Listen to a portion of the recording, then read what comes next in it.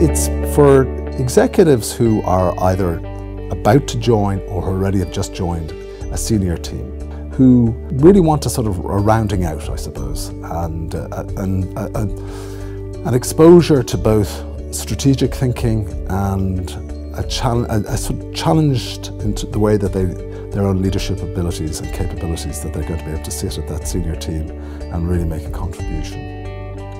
The goal of the programme for me is that when they go away and go back to their organisations at the end of the programme, is they can sit at the board table, present to their boards, work with their senior colleagues, and there's no part of conversation that they're going to feel fazed by.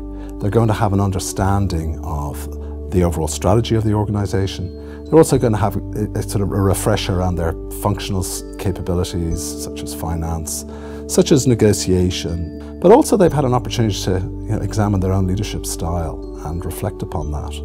And I think that's to allow them really make a valuable contribution at that senior level. We get significant people to come to Dublin.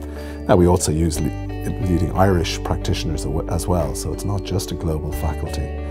But they gain insights and I suppose experiences from that sort of faculty that they're just not going to get in other environments.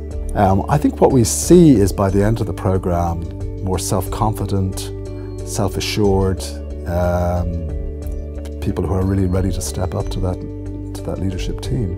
I think they're people who are happy to ask probing questions, and I think are just more self-confident in terms of their ability to contribute at a meaningful level in the organisation. A programme like this only really works that once people are really prepared to open up, and that's never a problem. I think people are very happy to open up and share their experiences, and that works both inside the classroom and then people do create a definite network going forward.